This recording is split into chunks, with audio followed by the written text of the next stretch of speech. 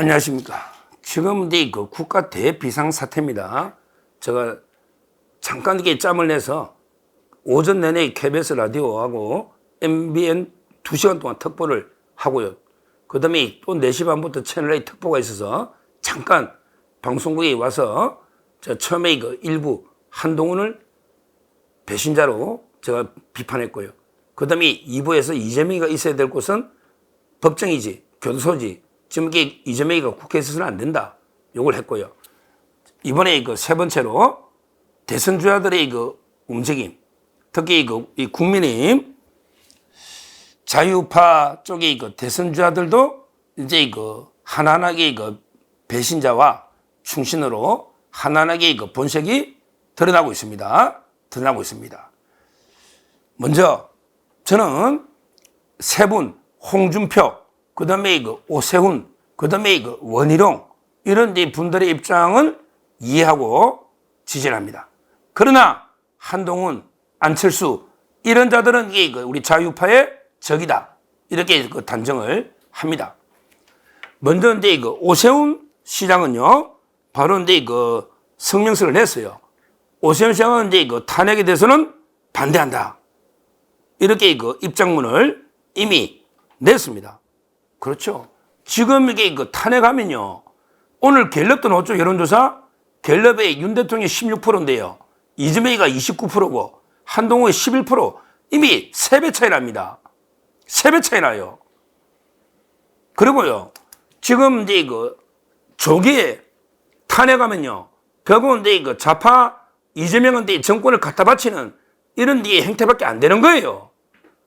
안 되는 거예요. 지금 이제 그 한동훈이가 거기에 갤럽 11%로 떨어진 거예요. 3배 차이 나요. 근데 한동훈이가 무슨 확정이 있겠습니까? 이제 탄핵 찬성하고 이재명이하고 손잡으면 이재명이하고 이제 갤럽이 한 몸인데 거기에 무슨 우파 표가 붙겠습니까? 정치 때려쳐야죠. 따라서 이게 그 한동훈이가 이게 뭐 탄핵 찬성, 이거는 이제 그 말도 안 되는 이야기고요. 그 다음에 그 안철수는 아예 존재감이 없죠, 뭐. 이제 안철수도 정치 그만할 때 됐잖아요. 처음에 그 등장할 때 그만큼 이게 그 완전히 안철수 현상 50% 이상이 독보적으로 이게 왔다가 지금 어떻게 됐습니까? 지금 이게 어떻게 됐어요?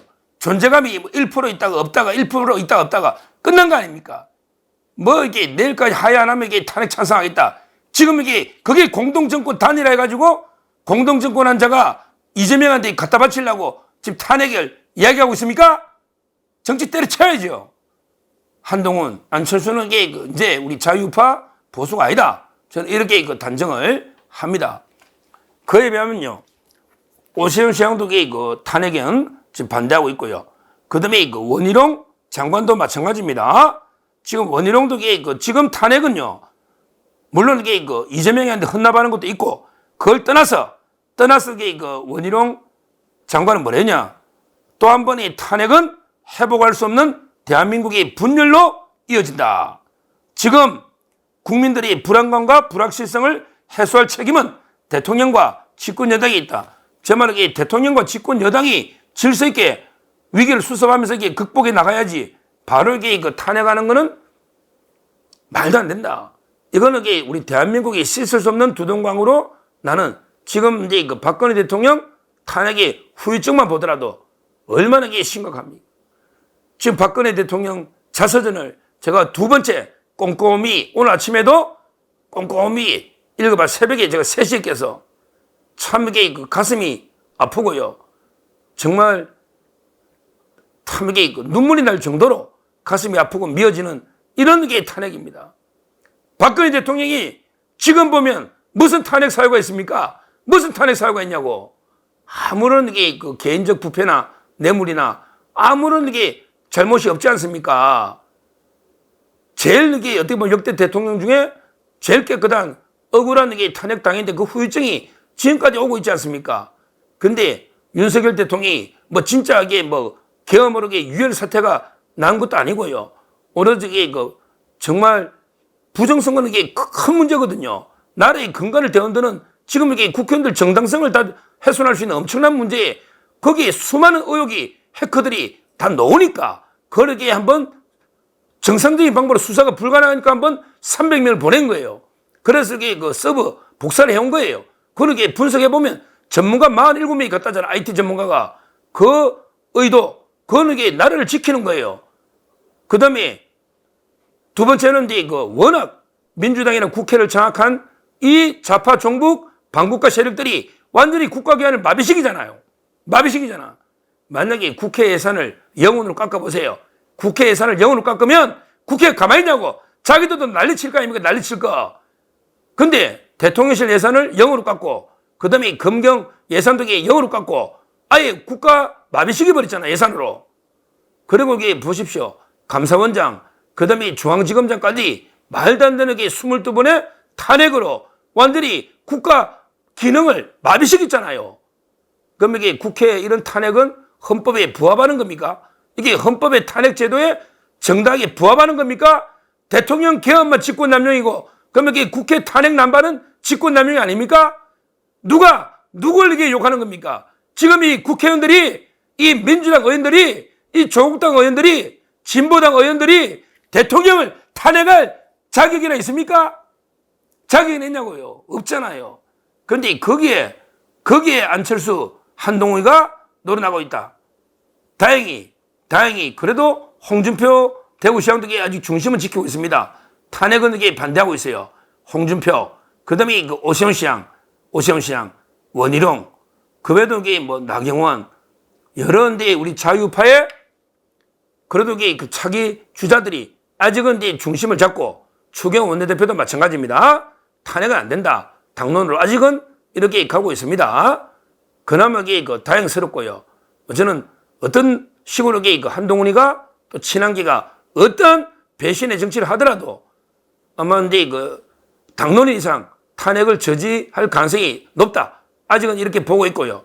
만약에 그 친 한동훈계나 안철수가 탄핵하면 이게 그때부터는 분당입니다. 그때부터는 이게 당이 쪼개지는 거예요. 그러면 이게 과거의 그 바른정당처럼 아마 이게 비참한 최후를 맞게 될 겁니다. 하여튼 중요한 거는 이번에 그 이제 기회주의 이런 게 그 배신이 본질을 드러낸 거예요.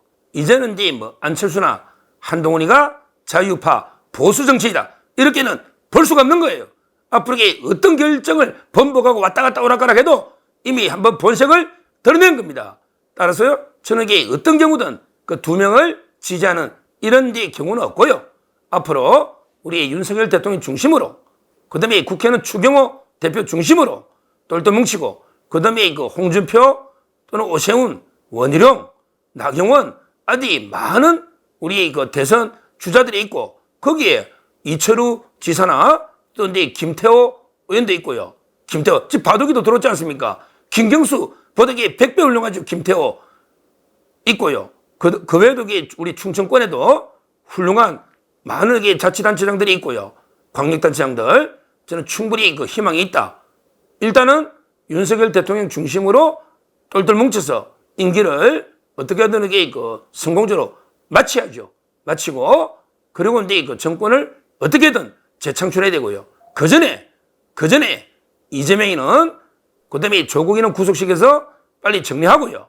그 다음에 그 한동훈이나 안철수까지 정리를 해야 되겠다. 이렇게 그 보고, 앞으로 이제 그 상당히 그 대권 판도도 상당히 그 출렁출렁하지 않을까. 이미 그 한동훈, 안철수는 어렵다. 이렇게 보고요. 그 다음에 그 이재명은 빨리 우리가 법의 심판으로 교도소로 보내야 되겠다. 이렇게 말씀을 드립니다. 감사합니다.